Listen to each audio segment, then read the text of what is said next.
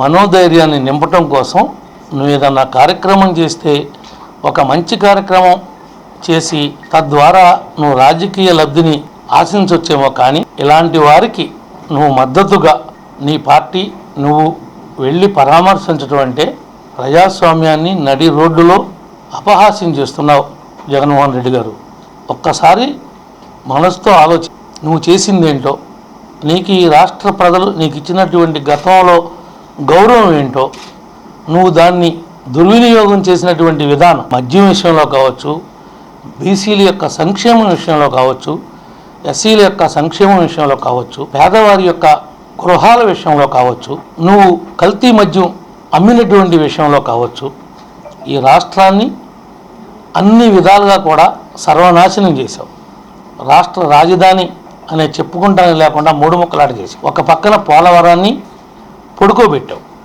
Railway zone విషయమే మాట్లాడలా. నీ కేసుల కోసం ఢిల్లీ వెళ్ళొచ్చావు తప్ప నువ్వు చేసింది ఏమీ లేదు. స్టీల్ ప్లాంట్ విషయంలో డ్రామాలు ఆడావు.